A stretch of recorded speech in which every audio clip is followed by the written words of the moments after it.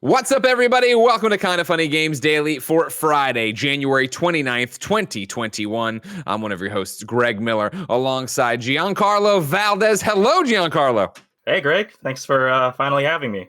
Finally, fuck you. But no, you did email me very early in 2020, I think, before I ever got back to it. I'm sorry about that. You know how it is around here. No Crazy worries. times. Giancarlo, I want you to know we were talking before the show. We're catching up here, and we talked so much about Up at Noon that there was a fraction of a second where I was prepped of "What's up, everybody? Welcome to Up at Noon," because that's how you and I met the most, right? Because you came to all the Up at Noons. It felt like, right? For most of it, yeah. I was just telling Kevin I started going in 2012, which is crazy because next year it'll be 10 years. God, old Kevin. I think, yeah, for about a year and a half, I was going there pretty regularly. And I thought, look at this kid. He's never going to make anything of his life. And then I started going to video game events, preview events, and you'd be there. You started making the dream a reality. And look at this. 10 years later, you are a full-blown freelance journalist and critic. Bylines at GamesBeat, Variety, Playboy, and Upload. Congratulations on making it, man. Yeah, thank you. I like to think it's all because of that slap. Of that one Up at Noon episode. Kevin, if you want to click on the first, Kevin, please show this link there. You can see that, yes, I have it. Of course I have this prepped. How many, you and Dan Reichert, I think, are the few people who have slapped me. Oh, Kevin McDonald, too, on camera. But yeah, if you remember during the Die Hard episode, you came in late, so I slapped you on camera. And then I felt bad enough that I called you up and had you slap me, and you fucking hit me. No, there was a little bit of anger behind my slap, yeah. Sure, well, yeah, because it's that, I play fast and loose a lot of times. You know how it is on camera. You got to just go with the punches. So you came in, I made it a bit, I slapped you, and then you walked away, and I was like, I would be fine with myself getting slapped, but I can't say if somebody else get in. I was like, you know what? Before this turns into a legal issue, come up and slap me, and you hauled off and hit me. Yeah, there you go. Let bygones be bygones. Exactly. Eye for an eye, right? I think that's the saying is eye for an eye, everybody's fine. Like that's the way it goes. No, that last part was a little bad. It was wrong. So Giancarlo, how's it been going? Catch me up on the last 10 years of your life. Oh God. It's been a lot of freelancing. That's kind of what I've been up to. I'm a freelance journalist and critic. So as you said, I've written for places like GamesBeat, Variety, Playboy, Upload VR. Sure. And yeah, I've just been going to a lot of events, at least before the pandemic, like E3, GDC, some international stuff too. I've been to Canada a couple times now. Nice. I was in Australia for the first time like a couple years ago. So it's been a really crazy, wild experience as I try to go and get that coveted full-time writing job.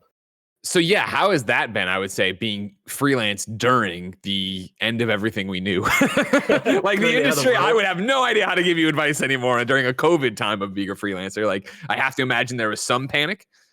It was pretty tough. I think for me, what really, when the pandemic hit, or before the pandemic hit, what really affected me was the cancellation of GDC. And then that's when I was like, oh shit, things are going down. Because normally I work at GDC. Like I used to live in the Bay Area, or I would commute from LA. Sure. And so when GDC fell, all the other dominoes fell. So E3 was gone. All the other little preview hands-on events were gone. And those are usually the kind of places where I made the most money during the year, right? Oh yeah, I bet. Yeah, because the freelancers, if you don't know, ladies and gentlemen, at GDC are the hardest working people on our side of the industry, because you're covering one panel for Upload, you're doing another thing for this blog, you want to get that interview for your podcast. You have to get around. Yeah, and so when all that happened, I was like, what am I going to do for this year? So there's a few months there where I was trying to figure things out. A lot of freelance budgets dried up everywhere as ads dried up. But slowly I've been starting to do more writing again since the fall. So I'm trying to pick it all back up and get things going. Okay. What's the latest thing you've written? Where do you want to send people? Where can people go get a sample of your work? Lately I've been writing a lot for NeweggsGameCrate.com. Okay. And I just did I did an impressions piece on that Resident Evil demo. I just did a guide for Hitman.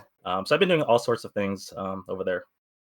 Hitman, you say? Well, ladies and gentlemen, let's talk about hope for more Hitman content, a Halo Infinite deep dive, and a PlayStation VR patent, because this is Kinda Funny Games Daily. Each and every weekday here on twitch.tv/kindafunnygames, youtube.com/kindafunnygames, patreon.com/kindafunnygames. We run you through the nerdy news you need to care about. If you like that, be part of the show on patreon.com/kindafunnygames. You can give us your questions, comments, concerns. You can, of course, squad up to play games with friends. And, of course, on Patreon, you can get the show ad-free. You can get it with the exclusive post-show we do. However, if you have no bucks to toss our way, it's no big deal. Head on over to twitch.tv/kindafunnygames. You can watch us record the show live, just like Joshy G731, Lexi Gunner, and Not the Fake Rozo all are. Of course, if you're on Twitch, you have a special job. Go to kindafunny.com/you're-wrong and tell us what we screw up as we screw it up, so we can set the record straight for everybody watching later on youtube.com/kindafunnygames, roosterteeth.com, and listening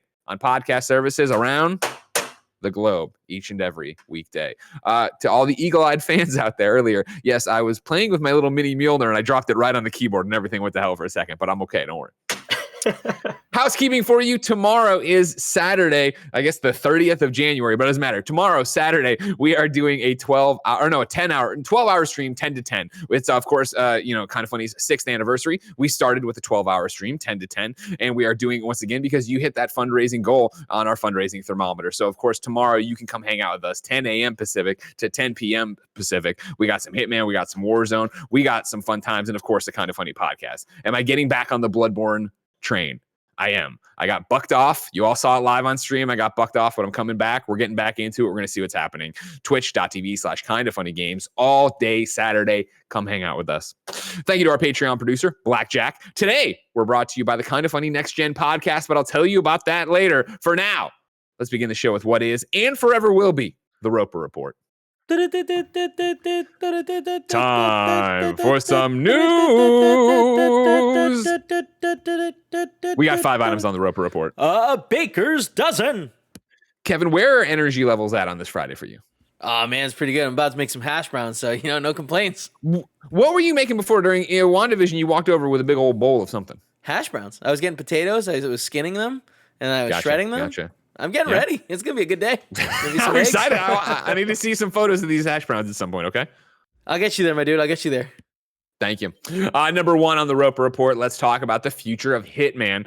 We join Kirk McKeand over at The Gamer. We're joining a little bit into his intro here. He goes, we spoke to executive producer Forrest Swat Out Large earlier today and asked if Hitman 3's ending, no spoilers, left the door open for the studio to return to the slaphead stalker. Quote, we're continuously working on Hitman, so we are already looking to the future, Large said. There's also still work to do on Hitman 3 with post-launch patches and the other housekeeping bits. And while IO is still trying to find the shape of it, Hitman 3 will also be getting DLC. Just don't expect new levels like the New York Bank or the Private Island. Quote, we are definitely going to be doing some DLC, but we haven't defined what that is, Large explained. I think for now, we are not looking at new maps like the Bank and the Island. We're more looking at using existing locations and reimagining them, twisting them. And this time around, we can use the whole trilogy.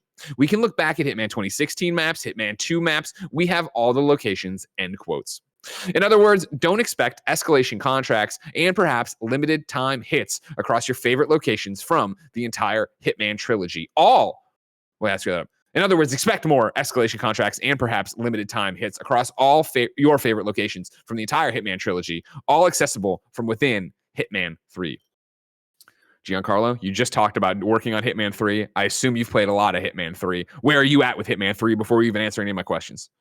I'm liking it a lot. I'm not a big Hitman person usually. I played a little bit of the first reboot when it was still episodic. Never finished it.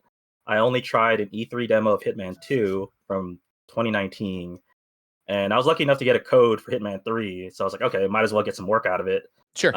And I'm enjoying it a lot more than I thought I would. Like, I'm maybe on the second to last chapter of the game right now. Okay, yeah, you're right there. I have a similar thing where I talked about it on PS I Love You when we did the review, but I've done half of Hitman 3, put it down, and I was like, I just don't feel that compulsion to replay things I've beaten. But I've since then eaten my words, where I've had these things at night where I'm like, oh man, I got like maybe 30, 45 minutes left in me, and I see it over there, and I start thinking about how I want to reapproach it. So I am due to actually get in and go back and finish Hitman 3 and go back into those maps and actually try to connect with it. Because obviously I understand the machinations of it and the way the gears all turn and the beauty of the machine IO's created for it. But yeah, Hitman 1 and 2 didn't click for me. So it's been interesting to see Hitman 3 come out and I think do this siren song, calling me back to it in a way that when I put down Hitman 1 and I put down Hitman 2, I walked away and didn't think about them again. Whereas right now, I guess there's so much conversation about it. So many people are playing it for the first time and getting into it. Right, and it's the first big AAA game of the year as well, so I think there's not a whole lot of whole lot of things going on. Yeah, exactly. It's a great time to come in and soak up some of that, get people playing something that, again, we all know is objectively good. It's just, is it one of those games for you? But when there's, nothing else calling your name or tugging on your sleeve, why would you get into it? What's interesting here is, this idea of like, a lot of people are pulling from this Hitman 4 being a possibility. We're continuously working on Hitman, so we're already looking to the future. Kirk over at the Gamers opening talks about, obviously multiple teams, since they are working on Project 007, the James Bond game. And then this, I turned to the one and only Blessing Adeoye Jr., part of the Game Awards future class and full-time member of Kind of Funny. And I said, what is your take on this since you're Mr. Hitman? He sent me back 2 bullet points. Number 1, I'm very excited for what Hitman 4 ends up being.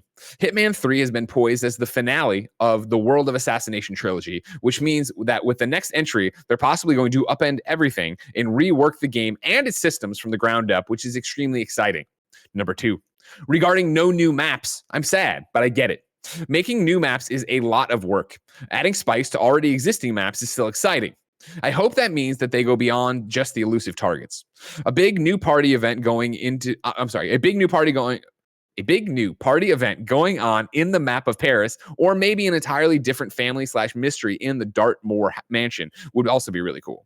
Or maybe you could even chase one guy throughout all 20 maps of the game. There's a lot of potential for DLC to be really exciting without new maps, and I trust IO to deliver on that front. That's my takeaway from it too. I think we all know how much work goes into video games. And when I say we all know, I mean, we know it's really hard, and that years and years and months of people's lives go into these things. And that's always the problem with DLC, is that you talked about it, Giancarlo, I talked about it with my Hitman 1 impressions as well. I played that first mission and I never came back to the other ones. I never did any other episodic stuff. And that's often what you hear about with people who make DLCs, that they, the game can be huge. It can be, a game of the year contender. I'm thinking of Control right now, and Control Ultimate Edition, right? And when Control came out and reviewed so well, and they said, now we're putting out expansions, and one of them ties into Alan Wake.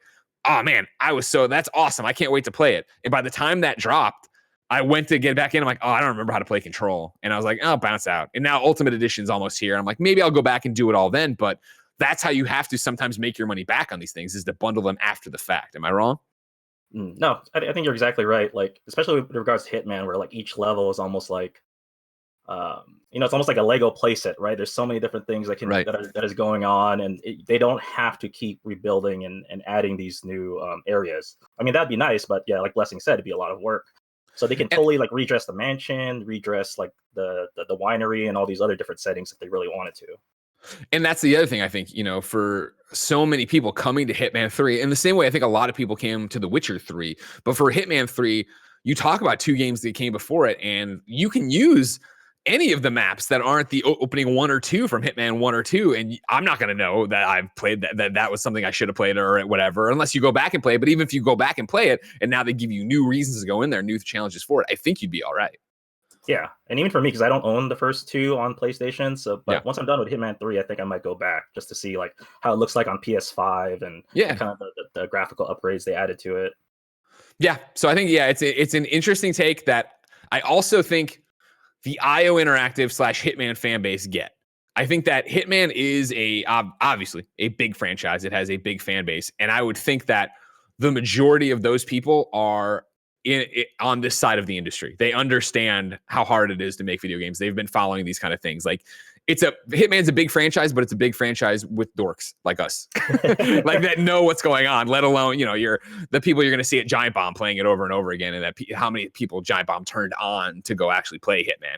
I think they understand that. Okay, cool, whatever. Like you don't have to make a new map, but as long as you're giving us new stuff to do, we should be okay. Mm-hmm. So. Interesting stuff there. Number 2 on the Roper Report, speaking of interesting stuff, because that's all we bring you. There's a giant Halo Infinite information drop from you. It's called, of course, Inside Infinite. It's a giant blog post up over on 343's blog, but I'm going to read you some parts from it. It's a giant interview with the Sandbox team, basically. But let's start with what Inside Infinite is going to be. Inside Infinite is a reoccurring series that will hit Halo Waypoint on approximately the last Thursday of every month. Our goal with these blogs is to provide insights into the game we are making from the people who are making it.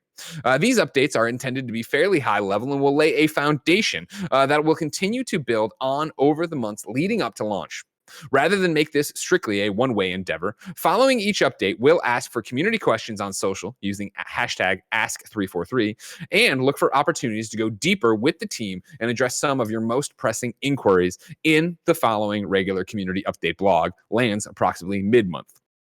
That's just the start of this paragraph. Again, this is a tomb of information. I think a very interesting way to do it, especially how quiet you've been about Halo Infinite and now with this year-long delay, right? However, we jump into this interview with the Sandbox team. If you're like me, my first question was like, so what is a Sandbox team for Halo Infinite? One of the developers, Quinn Del Hoyo, says, the game's sandbox refers to all of the vehicles, equipment, weapons, and objects that the player will interact with. Essentially, all the toys that the player gets to play with. The sandbox also includes all the new player systems and verbs like jump, run, health values, shield recharge times, etc. So this is the toolbox, Giancarlo, that they get to go build the levels with. That makes sense, right? Mm-hmm. And then they layer on the narrative, they layer on the missions, they do all that stuff. There's a whole bunch of information here. If you're a Halo fan, I highly encourage you to jump over there and go be a part of it and read it there. But some of the stuff that I wanted to pull out, obviously, they changed the shotgun around a bit, and people latched onto that when they talked about it. So the question gets asked of the team, changing gears a little now. After the campaign demo last year, we saw plenty of questions emerge about weapons. The addition of the CQ S48 Bulldog shotgun, which appeared at the end of the demo, garnered some attention because of its unique characteristics. Would you or someone on the team be able to speak to the Bulldog's role in the Halo Infinite sandbox? Quinn, who we got introduced to earlier, pops in and says, the Bulldog is an exciting new shotgun weapon that is fast firing and fast loading. We have felt that the shotgun playstyle has been underrepresented in previous Halo titles, particularly in multiplayer. We found that there are a lot of players that want to be in-your-face CQC frontliner, but have never had a more readily available, less powerful, but still effective shotgun that allowed them to play that role frequently across the multiplayer experience. That is essentially the player story genesis of how the Bulldog came to be. David Price, another dev on the Sandbox team, says, what Quinn said is spot on. We wanted to have a shotgun that was not a power weapon. The Bulldog is a versatile weapon that provides the player provides the player the role of a shotgun and up-close playstyle more frequently in multiplayer than previous Halo titles, as it is lower on the lethality scale of weapons and is thus more prevalent. Similar to that, we wanted a shotgun that embraces the rapid fire, dish out multiple shots quickly. That's where the Bulldog excels. Giancarlo, do you have strong opinions about the shotgun in Halo in the Halo lore? I couldn't even tell you what the shotgun felt like in the last game, so not really. But it sounds cool on paper. Like, it just sounds like they just want a quicker shotgun that people use more frequently, right? 100%. And that's one of the things for me as they jump in and start talking about this. Obviously, I am not the Halo guy at all. I infamously just played through the Combat Evolved. Did not have a great time. But I've played Halo 3 and Reach or the other one or whatever. I've played the different Halos here and there. What I like about this and what I appreciate about the sandbox conversation that they're having, even though it's not something that's jumping off the page and it's not a franchise that sticks with me, I appreciate that they're talking about change. Mm-hmm. And, one of the things that got me so excited, and they talk about it, put it in here, but they talk about in this post, was the grappling hook that they showed in the demo. Chief flying around and doing that. That was something that I liked. I understand Halo is in such a hard spot, right? Of it needs to be Halo. You need, Snowbike Mike and Gary Whitta and Paris need to look at it and be like, that's Halo. I love that. That's exactly what I want. But in the same breath, it has to be open for me of like, well, I didn't click with it before and I don't know why. You have to iterate and change, right? Like if you're trying to get out to everybody. And I think seeing the grappling hook, I like shotguns. I do like being up close and personal. I don't like that in Combat Evolved, and I'm always just with the assault rifle, and I feel like that's where I want to be. And even Tim's like, use the pistol, you idiot. And I'm like, no, I refuse to. I'm looking for something in Halo Infinite that will grab me and bring me in. Is there a chance of that happening for you, Giancarlo? I think so, because by the time Halo Infinite comes out, I'll probably have an Xbox Series X. Sure. I only invested in a PS5 for now. That's another freelance thing, right? You only buy what you can afford and what you can get work out of. But yeah, for sure. Like, because I have Game Pass as well, so I'll have it on there anyway. And hopefully this will be the Halo that'll bring like a lot of my cousins and my friends back together. Because like my memories of Halo are like Halo 1 and Halo 2, and where we'd stay up all night and play like LAN parties with the original Xbox. But ever since then, I kind of fell off the Halo train, and nothing's really grabbed me, especially in this like rebooted or I guess not rebooted, but The 343 times, yeah, like, right? Yeah, the new the breath of fresh air being put in after Bungie. I hear you. Speaking of breath of fresh air, there's a couple other things I'm calling out. Again, if you're a Halo fan, tons more to go read, way more nerdy stuff than I'm going to get into. But top level stuff that I thought was interesting. They talk about controls here, right? Halo is my grandmother suddenly reading the news to you. Halo is best when the controls feel frictionless, natural, and responsive to the point that the controller or mouse and keyboard fades away and the player is just engaged in combat. Everything should feel intuitive, and we don't want the player to have to fight the game in order to have fun. It's because of this principle and the fact that Halo Infinite will be on PC that led us to rebuild the control scheme system to allow players to fully rebind and remap their controls, regardless of platform. How players control Chief or their Spartan is crucial, and we recognize that players feel the most connected to the game when control customization is fully featured. Again, hats off on that decision. I know obviously Halo is, infamous for having a whole bumper jumper and sharpshooter and a whole bunch of different layouts and controller stuff, but giving people the ability to go in and do exactly what they want and make it how exactly they want it to feel obviously is great for players, but also opens the door for accessibility, which I think is pretty fantastic. And then final one for this one that I thought was interesting. Again, tons of stuff there. A little bit about a beta / when you're going to be able to play any of this stuff in terms of getting it early, and because obviously with the extended launch date. The official question goes, as we look ahead to our launch this fall, what is the Sandbox team currently focused on? Can you speak briefly about the team's remaining work and priorities over the coming weeks and months? Quinn responds, Sandbox is super busy. We have everyone fixing bugs on our launch content and some exciting efforts kicking off for future updates, like new vehicles, equipment, etc. But we're pretty much playtesting a ton, and looking for ways to polish and improve everything. All of our launch content is in-game and being played daily, but it takes a strong effort to get something from 90% to a full 100% ship quality. So, we are pushing hard to squash bugs and tune our toys so they are in a good spot as we get closer and closer to launch. Parentheses, public flighting before that. Additionally, we are taking time to evaluate the visuals of certain Sandbox items with the goal of ensuring everything is landing the way the art directors envisioned. As a result, some Sandbox items we've previously shown might be getting a facelift here and there by the time you see them again. I think the most interesting thing to pull out there is number one, this stuff's already in and being used, and they're talking about that final 10% between 90 and 100. Giancarlo, we just did Gamescast, and we had to make a bunch of crazy predictions. One of the predictions I made, not that I have inside information or I'm betting against them, even though I guess I am, is that I said Halo would get delayed till 2022. I think the fact that they already have this in there speaks to the fact that the gameplay is there, and it seems to be singing as they continue to ramp it up. But what else will happen? Do you think I'm a crazy person for saying that on the Gamescast? I think people would kill 343 if it gets delayed to 2022. I mean, I'm still shocked that it was delayed a full year because they're talking all about like play testing. I'm sure there was a good chunk of game that was there last year, but back when they still had that, was it the November or fall release date? Like what kind of state was the game in at that point? Totally. Where you had to delay it a full year? Like, was it still in beta or alpha? Like, it just must have been so messed up where Microsoft decided, okay, let's actually take our time with this and reevaluate what we have here. Yeah, and I think, but for my thing with it, right, is that, and we said this to death, and there's a long conversation on the Gamescast. Obviously, you've heard on the Xcast too, but Microsoft can't have Halo Infinite be an 8. Halo Infinite has to be a banger. It has to be perfect, and as perfect a video game can be, right? But it has to fulfill all these different things that I think it gets Halo back on the road to, if not on its own, establishes it as the Xbox franchise. I think, there's been so many Halos. Obviously, the switch from Bungie to 343's tough. Don't even take, the quality of the games or review scores in the game. It's always going to be tough for someone to take on a project as storied as that and not be the creators of it or not be the company that created it.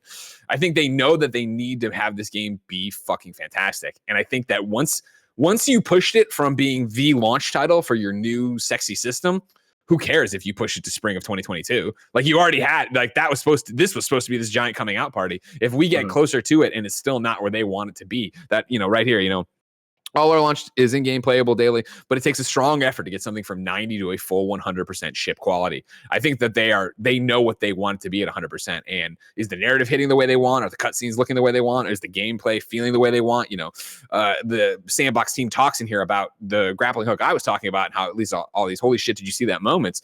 But also the fact that the grappling hook is just one of the new things they're putting in there. There's so many different things you want to put into that arsenal and feel out. it's a tall order to have this game come out and live up to all of this hype. Right. Like, yeah, from that perspective, yeah, I can see why you think they would slip into 2022, but I feel like within the first year of the Xbox Series launch, like you have to have Halo on there. I think if you let it slip too much, like the reputation will take another hit, and people are hungry for Halo. Like, I think, was it a couple of days ago, you guys were talking about how like someone asked them on Twitter, like, why isn't there more information? And then it looks like they're starting to do that. So hopefully that means they're really ramping up, getting that momentum going, and we'll have something more to show maybe by the E3 timeframe this year. Yeah, I do. We talked about the angle you're taking with it. I think this Inside Infinite is a great idea, and I think that developers in general should feel more empowered to go out and talk about what's happening in their development cycle. And I know that's tough because things change, and then you put out a screenshot, 1 year, and the next year you don't have that same thing, and people throw it in your face. If you lied to us, you did this kind of thing. But I think establishing this of, hey, we're going to go through and we're going to talk and we're going to have this conversation with you also does lead to, hey, the Inside Infinite in April is this giant blowout. It is all this feature. They've talked about this, these aren't always going to be big news. Like, this isn't big news. This is fun news and interesting news. But you can have big news, and I think you can have bad news. I think you can have established this, and by the time you get to the September Inside Infinite, be like, maybe not that late, but be like, hey, you know what? Like, we need more time. We want to make the game you want. And you can pair that up with good news of like, what? We're putting out the beta right now. It's going to run for 2 months or whatever. And we want all your feedback, but we know that the single player still needs this amount of time. So we're doing X, Y, and Z. Mm-hmm. Yeah. It'd be interesting to see how they really build on these like monthly or bi-monthly updates. And now I just kind of want to see, like how, what NoClip did with Hades. Like, it'd be really cool if Daniel Dwyer or someone else like was embedded with the 343 team and showed even more like transparency in what the team's going through, and maybe like people would be more understanding if they did have to delay again. Yeah, and that's the thing. I think that's what this sets a bed for. I think, don't get me wrong, if you're listening, 343, yes, hire Danny and let Danny come up and do all sorts of, or I guess he can't come up, do a bunch of socially distanced interviews and things like that and Zoom calls or whatever, get the story. But yeah, I think even establishing this characteristic and trying to share as much as you can without ruining your game or giving away your game does open the door that when inevitably Quinn has to come out or somebody from 343 has to come out and be like, hey, I got bad news, we're pushing, or hopefully they don't. I'm not trying to curse anybody or saying they should. I think you get a more understanding reaction, and I think it's going to be, especially in a post-cyberpunk world, I think you have the reaction from most of gaming Twitter being like, take your time. Let's get it out there and not have it be terrible. I mean, have you walked around like Target or any of those big box stores recently? No. I still find it hilarious that if you go to the toy section, there are Halo Infinite toys. Oh yeah. None of it gives like spoilers, but here's the pilot and here's Master Chief and some aliens, and it's all like Halo Infinite and like DLC code. And I'm like, what's in the DLC code? Is that going to be relevant in the next year or so? Can you still redeem it? Yeah, you feel on that level, right? Of when you're trying to do something that multifaceted, that multimedia, where it is the toys in the back of the Xbox box and the Mountain Dew campaign and yada yada. Like, and again, I think is again a post-cyberpunk world in general, but hats off to 343 and Microsoft for being like, no, yes, this will lose us millions of dollars and it's going to piss off our partners, but like, no, we're not just going to put this out there. If we put this out there, we'll ruin their reputation and destroy all this stuff and have to apologize forever and, possibly end Halo in a way that we don't want to end Halo. Like, yeah, in hindsight, I'm sure Microsoft is very happy, especially after seeing what happened with CD Projekt Red. 100%. Number 3 on the Roper Report, the Yakuza creator is changing roles over at Sega. This is Jordan Oloman at IGN. Yakuza creator Toshihiro Nagoshi will step down as Sega's chief creative officer and take on the role of chief creative director, a move being seen as by some as him getting closer to active game development as opposed to a supervisory role. Announced in a press release, the move comes among several changes in executive staff at Sega and a wider restructure. Although parent company Sega Sammy makes it clear that there have been no changes in names, locations, business content, capital, or fiscal year end of Sega's company as a result of the changes. If you want to get in the minutia, there's plenty of articles up on the big sites talking about how, they split Sega Sammy stuff into 2 different departments. It seems like it's just a reorg that I think this sentence covers enough, but there's more if you want to. No specific reasoning has been given for Nagashi's, I keep screwing that up, change in role, but many have taken it to mean the creator will be moving back into a more active development. He is most famous for creating the Yakuza series and subsequently founding the Ryuga Gotoku development studio, which develops the series for Sega. He also created Daytona USA, Virtua Striker, Super Monkey Ball, and Binary Domain, among many other credits. In recent years, his role has been less hands-on, serving as executive director on every Yakuza game since 2015's Yakuza 0. Cool. Yeah, I like seeing the creators of something like Yakuza, like all these different games, come back to creating stuff and getting hands-on with it. Right, because normally you hear like all the old school developers like retiring, right, or unfortunately passing away sometimes. But it's cool to see that Nogoshi wants to get back in. Maybe he feels like there's more stories for him to tell or more projects for him to work on. 100%, yeah. And I think there's I think in every industry probably, but I know on our side of the industry, there's always that struggle of getting promoted away from the things you do well. You know what I mean? Where it's like, oh, you're really well, so you move up the chain, so you have a team underneath you. And now you need to manage people, and you might not be the best manager. You're better at doing the funny stuff on camera. I'm talking specifically about myself. So like this, how do you balance that out? So it's nice that if this is what it looks like, that there's room for him to be like, you know what, this is something I tried out and I was happy to do it, but I want to go backward. I want to go over there and I want to get back to making games. Yeah. Like, have you played much of the Yakuza series? Yes, no. As I always joke around about, right? When I was at IGN, Yakuza 3 was like the first one that came over, right? And I reviewed that. And so then I reviewed Yakuza 4, and then I reviewed Yakuza of the Dead. And then I was like, I'm kind of done on Yakuza for a little bit. And then when I put down my battle axe, Yakuza kind of exploded. So like I'm right now playing Judgment, which obviously isn't Yakuza, but kind of is. And my plan would be that when I'm done with Judgment, I'll play something else. I'm sure I'll play a million other things, but I do want to eventually get to Yakuza Like a Dragon.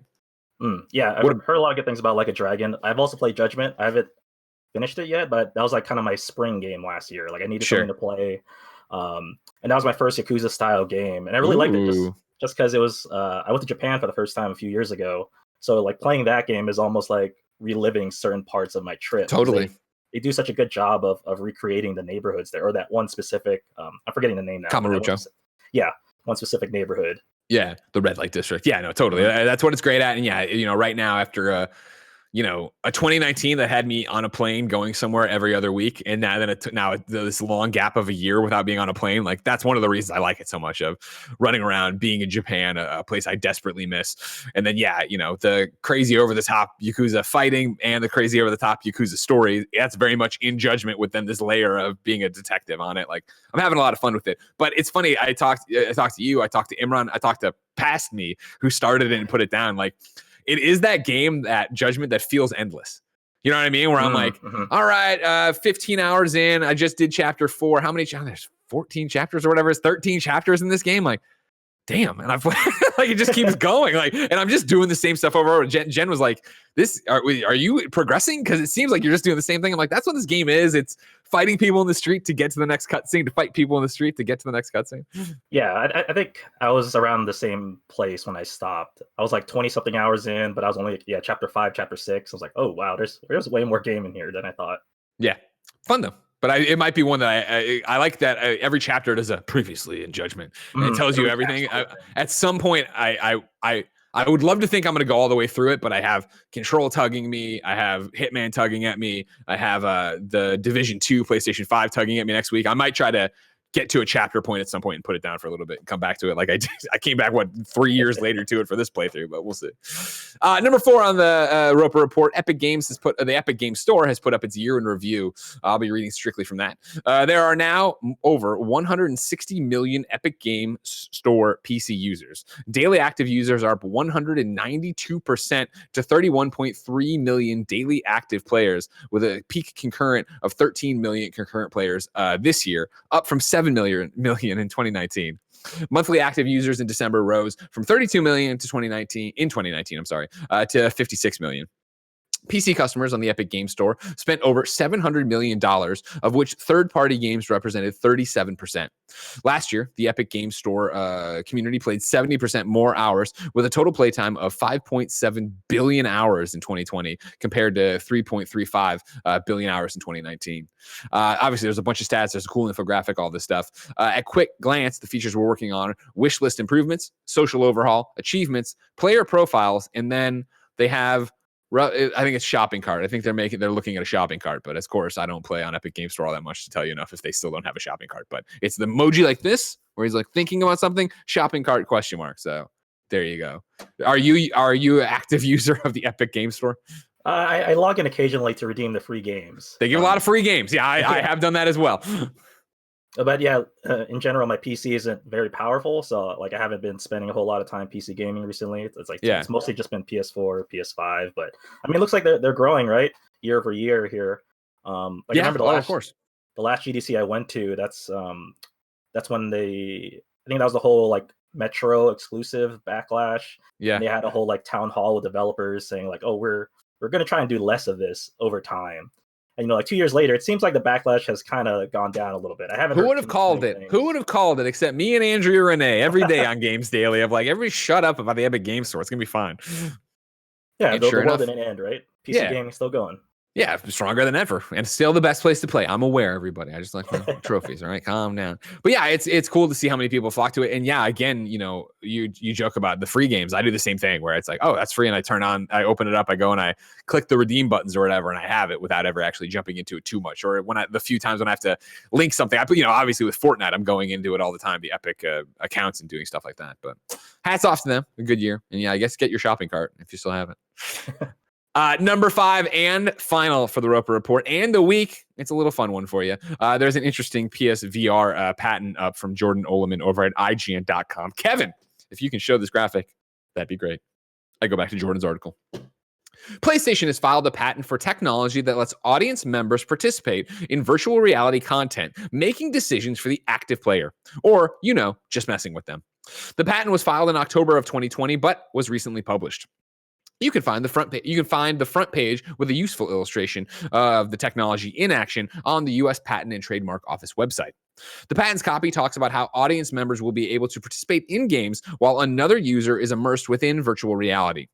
They will be able to make decisions for the player via spectator devices, probably mobile phones, in a manner similar to PlayStation's PlayLink technology used in games like Hidden Agenda and That's You. In the provided example, we can see one user inside of virtual reality while 4 friends are on the sofa behind them. On the screen, visible to the audience is a voting prompt, which allows them to pick between a sword, a monster, or a soup ladle. This choice is registered on the spectator's devices and then sent to the player inside of virtual reality, who sees the prompt, quote, "Spectators have given you a soup ladle." I love VR. I don't use it as much as I want to because of the headache of connecting it, let alone now with PlayStation VR not having a dedicated, and I got the dongle and I'm not, you know what I mean? But I love my PlayStation VR. I do love my Oculus Quest. This would be really cool. This would be a way to make it more social. I'm surprised after Keep Talking and Nobody Explodes that we haven't seen more games like this of how do we get one person in VR and then have the other people playing with it. Because I think all the time in the PlayStation VR subreddit, you see people introducing their family to Resident Evil or, I'm actually not thinking of old examples, but horror games in general, right? Or the one where you had to walk across the beam between the big towers. Was it Twin Towers? Because it was for that tie into that old movie. I forget. It doesn't matter. But you see people scaring it. But what it always ends up is one person in VR having a great time and then the rest of the room enjoying their reactions, but eventually drifting away from it. Like making it a more participatory thing, I think would be cool. Do you agree? Yeah, I'm surprised it hasn't happened more yet with PSVR. Because I think, was it either Astro's Playroom or the demo that came with PSVR where like other players could be on a PS4 controller and then the PSVR player was doing something else. Like he was the monster and the players were like these little creatures. I'm trying to think exactly what you're talking about. It wasn't Astro's Playroom. Yeah, it was like a monster. Yeah, it wasn't Astro Bot. It might have been, a one-off thing. But I know what you're talking about. Yeah. Yeah. Like I'm surprised there hasn't been more of that interplay between regular controllers and the VR, which seems to be what this is going for, except it's with mobile phones, right? Yeah, or whatever device they want it to be. But yeah, giving people the idea of getting in there and screwing around with each other and trolling each other and having it be that thing, taking the PlayLink ideas they had and expanding that to live room. That's pretty great.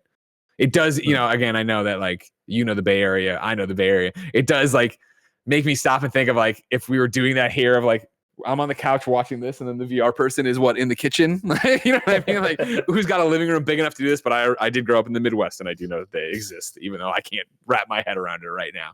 It's a cool idea. I hope they do something with it. I hope somebody's doing something with it. Right. And I just got my PSVR PSVR adapter for PS5, that little camera adapter thing. So I haven't hooked it up yet, but I really want to try Hitman in VR. I don't know if that's something you had a chance. Yeah, is that even up and running yet? Kindoffunny.com/you're wrong. Is Hitman VR only, from what I understand, it's the PS4 version, so you have to download the PS4 version to do it. And I'm hoping the save files transfer over, so I don't have to like start all over again, but we'll see. Real quick, Kebabs is saying that we're thinking of the Playroom VR, which is the predecessor to Astrobot. Okay. Well, cool. Isn't the predecessor would be just Playroom, right? That was on PlayStation 4. That was Playroom came before in Playroom VR, which then got to Astrobot. But I digress. You're right. Playroom? Wow. Okay. There wasn't there? Yeah, the one that came. It doesn't matter. I thought. You know what? No, we're not getting into this argument. We'll be here all day arguing about the lineage of this. Instead, let me remind you, ladies and gentlemen, you can go to patreon.com/kindoffunnygames. Over there, of course, you can get the post show we do after each and every show. You can write in to be part of the show. And more important for right now, you can get the show ad-free. Speaking of ads, Greg Way, let's talk about the KF Next Gen podcast over on patreon.com/kindoffunnygames and patreon.com/kindoffunny. Blessing, Barrett, and Roger Poe Corney do a show called the KF Next Gen podcast. Of course, they are the next generation of Kinda Funny. They are doing their own podcast monthly over there where they talk about the things kids love. I think it's fidget spinners and those straws that go like that kind of crap. They're talking about all the young stuff you kids love. They love Robin Hood. They love stocks. They're over there. They got Doge coins and whatever. I don't know what the hell. I'm too old to listen to it, but you aren't. So if you go to patreon.com/kindoffunny or patreon.com/kindoffunnygames, you can subscribe at the gold subscription and get the KF Next Gen podcast each and every month. And of course, if you were to use one of those, if you went to Kinda Funny Games or Kinda Funny on Patreon, you did the gold thing. You get all the shows, all the things. You get everything on one feed. You don't have to worry about being on two Patreons. This would get you all the shows ad-free. It would get you all the post shows. It would get you all the cool exclusive content we do. So please go support the KF Next Gen podcast. Giancarlo, you're doing great. I want you to know that. I'm proud of you, of course, making it this far. I can't wait to see where you write next. But your next article is so far away. If I wanted something more immediate, say what came to the mom and grop shops, where would I go? You'd go to the official list of upcoming software across each and every platform as listed by the Kinda Funny Games Daily Show hosts each and every weekday. Yeah. That's a lot harder than I thought it'd be. Don't worry about it. It's my favorite is when somebody tries to flip it on me and I'm like, I don't know. I never read it. I've never memorized it. I don't know. I'm trying that. Out today, ReZero, Starting Life in Another World on PS4, Switch, and PC. The Pedestrian on PS5 and PS4. Crashlands on Xbox One. Silver Chains on PlayStation 4 and Switch. Gods Will Fall on Switch. Bonkies on PS4, Xbox One, and Switch. Another Dawn on Xbox One. Rack and Ruin on Xbox One. Caves and Castles Underworld, Xbox One. Ragnarok Skies, thank you, PC. Ambrosia, PC. Then Twinfinite reports the 0.6.0 update is now available for all grounded players and brings new bugs, bug-related items, and bug fixes to Obsidian Entertainment's tiny survival game.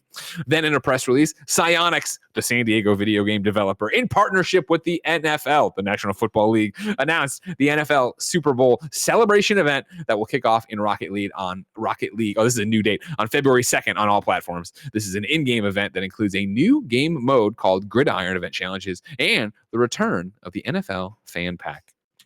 I am now moving that down to new dates. That's on me. I screwed up. I'm sorry. Giancarlo, I didn't mean to ruin your episode. I apologize. You're changing everything, man. The document's moving. I don't know what's going on anymore. Just don't look at it. Don't look at it. Look away. Deals of the day for you. Prime Gaming announced their stuff starting February 1st. There will be a five new freebies up for grabs. Table Manners, Stealth Bastard Deluxe, Spinch, Monster Prom Hot Seat Edition, and Swim Sanity. I'm stealing that from GameSpot.com, a fine Red Ventures property. Of course, if you know, the Prime Gaming is Amazon Prime. If you have Amazon Prime, that means you have Prime Gaming. You just have to link your Twitch and your Amazon to it. If you do that, you get a free subscription to give away each and every 30 days, and we would love it if you gave it to twitch.tv/kindoffunnygames. Oh man, if I don't get the plug in, Giancarlo, I explode. You know what I mean? Like I have to get it. I have to be part of it.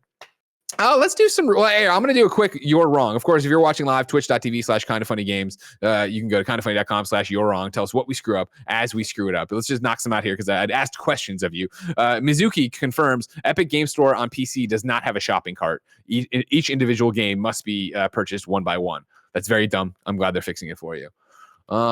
People are coming in here. Yeah. I'm seeing if somebody's gonna, the Playroom. So Tim Buddy says the Playroom on PS4. Greg was right. Was basically a tech demo for the PS4 camera where you can interact and play with multiple Astrobots. So I was correct on that one. So there you go. Yeah, the Playroom VR, and this is Kebabs. The Playroom VR had a mini game. It was called Robot Rescue, and it's literally just Astrobot rescue missions based off of this level. So there you go. I see what you're talking about. The predecessor. Now I'm with you. Yeah, okay. Anyways, let's do some reader mail. Remember, patreon.com/kindafunnygames. You can write in with your questions, your comments, your concerns. Let's start with Frankfurter, who says, "Good morning, Greg and Giancarlo. Well, it's a new year, and that means new games. Moreover, that also means new leaks, since we apparently can't wait until a release date to play our games. Resident Evil Village spoilers galore are being leaked from a dev build of the game via a Capcom data hack. Why can we not have nice things? It seems every AAA game coming out in the past couple of years, other than maybe Cyberpunk and Ghosts, has had major spoilers leaked months ahead of release. Is there a better way for companies to protect their IP, or do we need to just get used to most larger titles having spoilers leaked?" Giancarlo, your response. That sucks. I haven't seen. Be very careful, everybody. Keep your eyes closed. There's articles out. I didn't bother putting in the thing because what are you gonna do? Yeah, because I'm not a huge Resident Evil guy, but I did play that PS5 demo, and I liked it a lot, and it makes me want to go and play 7. So, but as far as leaks go, yeah, I think it's tough. Like big games like Village and all these other AAA projects, they sometimes have hundreds to thousands of people working on them and touching them along the process in some way. So I have no idea how you can enforce it. I feel like that's kind of a fact of life now in the industry. Yeah, it's... Frankfurter, you say, like, is there a way for them to protect their IP, or do we need to get used to it? I would say column A, column B on this one, right? Where I think every time one of these hacks happen, right? Because you're talking about the dev build from the Capcom data hack that we reported on months ago, right? Like, every time one of those happens, whether it's Naughty Dog having Last of Us Part 2, all the cutscenes leaked because somebody went off of they went through the online for what was it, Uncharted or whatever, saw the server code and went backwards through it that way. Like, every time something like that happens, it leads to someone else figuring out a better way to do this and build a better mousetrap and figure out how that goes. But while that happens, I think it's also the thing that technology continues to change.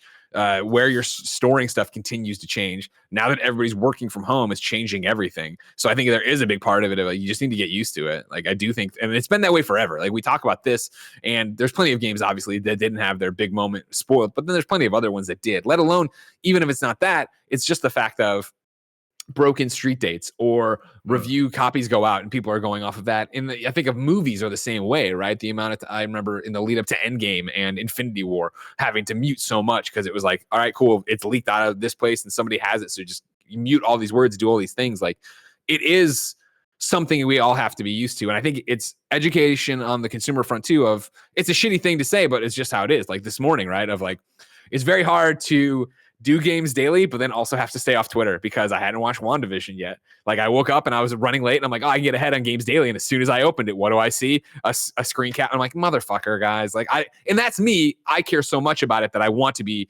completely on blackout. Like a couple days ago, they put out a trailer. I was like, I'm not watching that. Why would I watch that? Like, it's different for every person. When you talk about Resident Evil Village, my, personal barometer of success on that one, right, is like, I love Resident Evil 7. I'm excited for Resident Evil Village, but Resident Evil 7 for me wasn't about the story. If somebody had come in and been like, this is how it's going to end, I would have been like, I don't know who these characters are and I don't understand. Like, I'm there to get scared and I don't know what's going on with the vampire lady or whatever. Like, I'm about that part of it. Does that make sense to you, Giancarlo? Yeah, like I was the same way with like Cyberpunk. Like, it's one of those games where like I didn't really care if something got leaked because I think you said this before too. Like, I don't have an attachment to that world, so I don't know the characters. And it's the same thing with Resident Evil. It's just I'm just in it for the mystery. I'm in it for like who the heck this supernatural family is all about.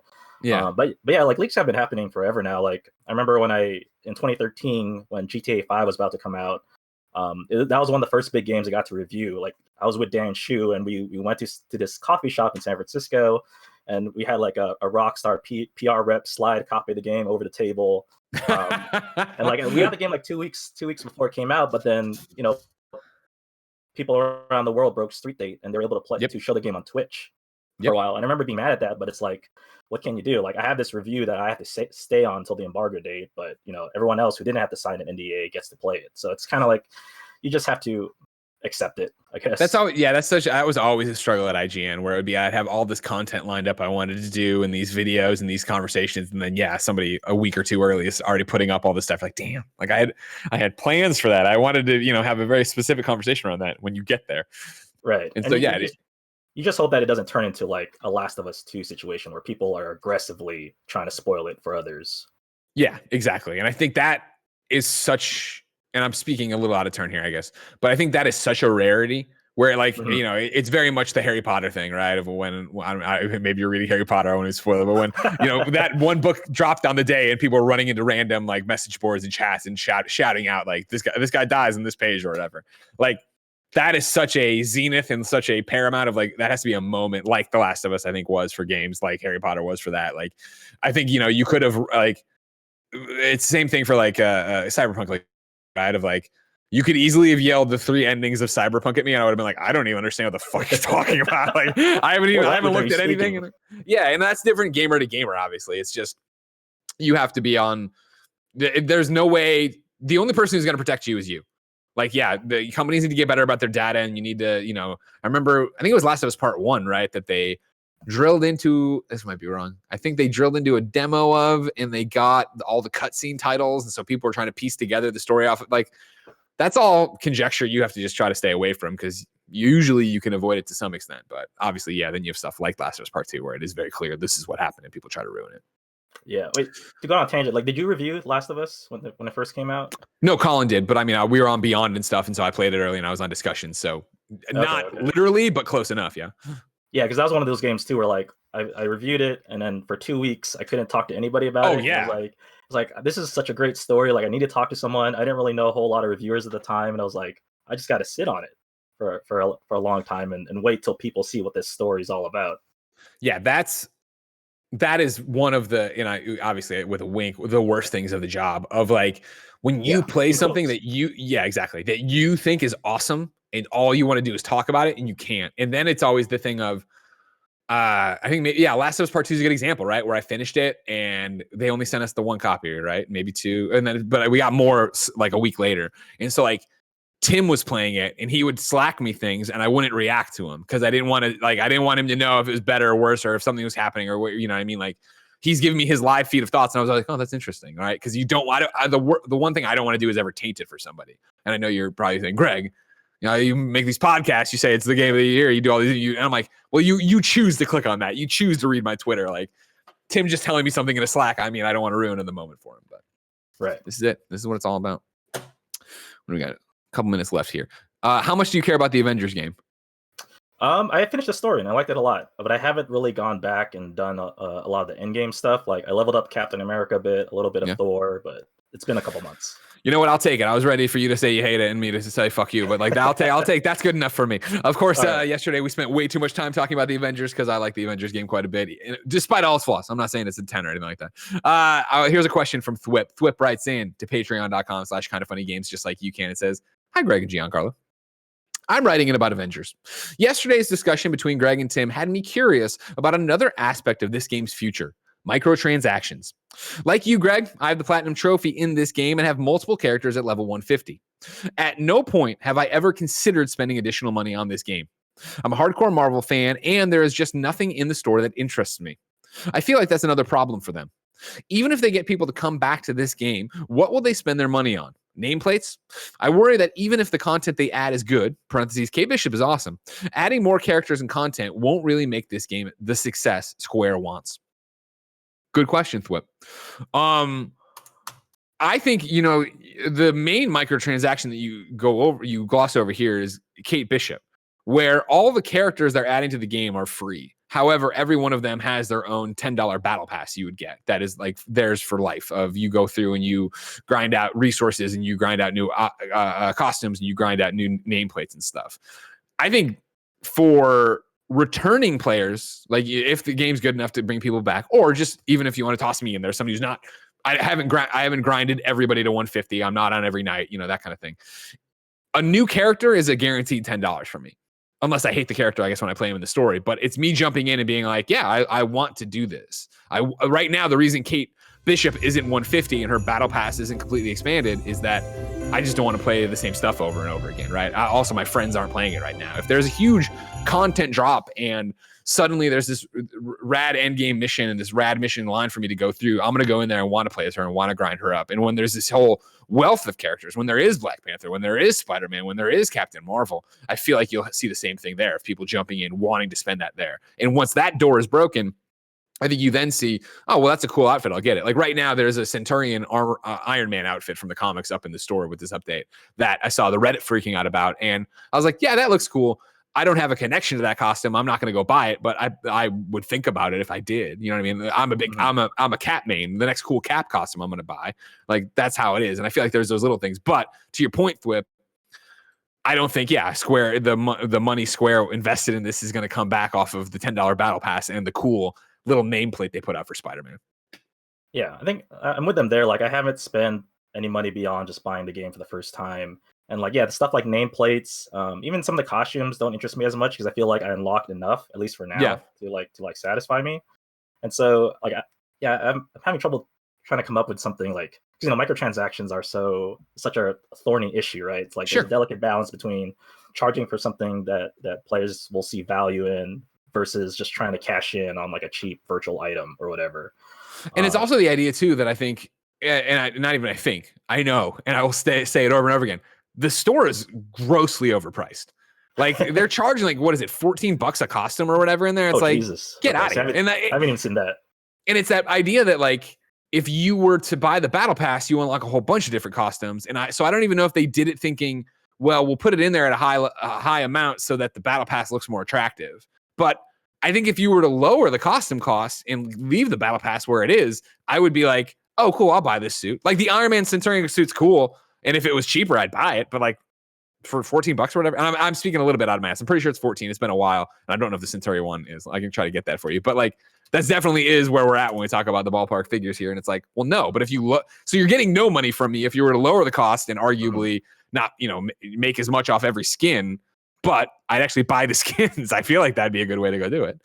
Right. Yeah. I mean, it's a tough thing because like I do think they were on the right path when they said every character would be free and the storylines associated with them. But yeah, as far as like trying to like make up the money to pay for those things, like I'm not the business guy, so I have no idea like how you would recoup those costs. Yeah, and it's not ours to think about too, right? It's just about us wanting to play it. And so, do you think there's anything that could bring you back to Avengers and get you into that end game? I do want to try Kate Bishop. I haven't had a chance. I saw your tweet about that Hawkeye live stream coming up next month. Hopefully that'll be exciting. But yeah, for me, like Avengers is mostly like a solo game, so I haven't really played it with friends much. So for me, I guess it's all about the story and how they handle that going forward. Yeah, exactly. And I think Kate Bishop's a great addition to it, but it's a weird way, obviously, to have to force it in. And I think we all agree that it would have been cooler just to have a single player Avengers game on level with Spider-Man. That would have been cool and probably made you more money Square. But what are you gonna do? Ladies and gentlemen, it's time to squad up. This is where one of you writes into patreon.com/kindafunnygames. You give me your name, username, platform of choice. I read it here. The best friends come and find you, and everybody plays games together.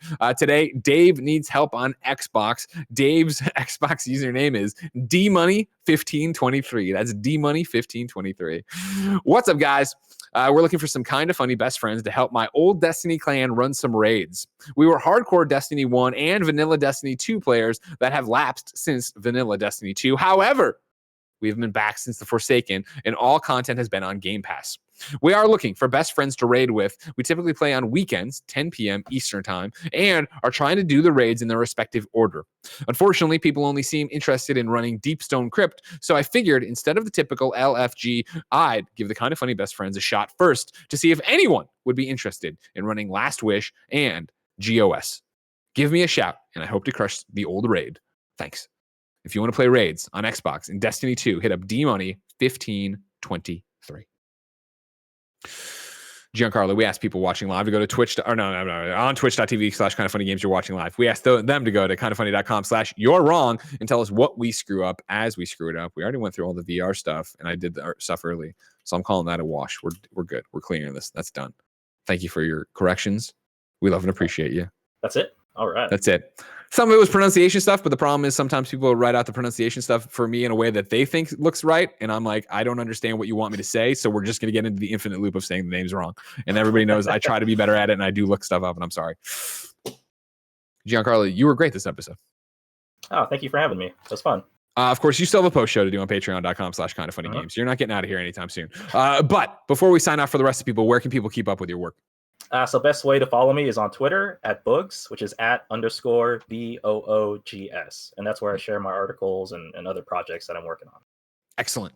Of course, ladies and gentlemen, we have more people coming through to host next week because Games Daily happens each and every weekday. Monday, it's Blessing and Tim. Tuesday, it's me and Gary. Wednesday, it's Blessing and Imran. Thursday, it's me and Tim. And then Friday, it is me and Laura Kate Dale. I'm very excited to finally be on a show with her. If you didn't know, you're watching on twitch.tv/kindoffunnygames. There is more content coming for you. Right after this, it is Freaky Fridays, Fun Fridays. I don't know if we actually have a name. Kevin, is there a name for it that Snowbike Mike's come up with? No, I don't think so. We'll brainstorm it right now, right after this. You mean here just without telling him? What was that? I mean, are you broadcasting the next stream or is he broadcasting it? I'm broadcasting the next stream. I'm dragging his ass in here. I might break everything. Hold on. Mike, it's Greg. You're into this room with us now. You're live on Twitch. How are you? Hello, everyone. This is Mike. Mike, what are we calling the Fridays anything? Do we have, is it Freaky Friday, Fun Friday, Casual Friday? What are we doing? Freaky Friday. It's the Kind of Funny Team Fridays. That's what we're calling it. Kind of Funny Team Fridays. Okay. Did that sound good enough? I don't know if I did a good job on that one. You know what? It's good enough, but now you can think about it in live too. Good out of here, you clown. Anyways, it's Kind of Funny Team Friday is up next.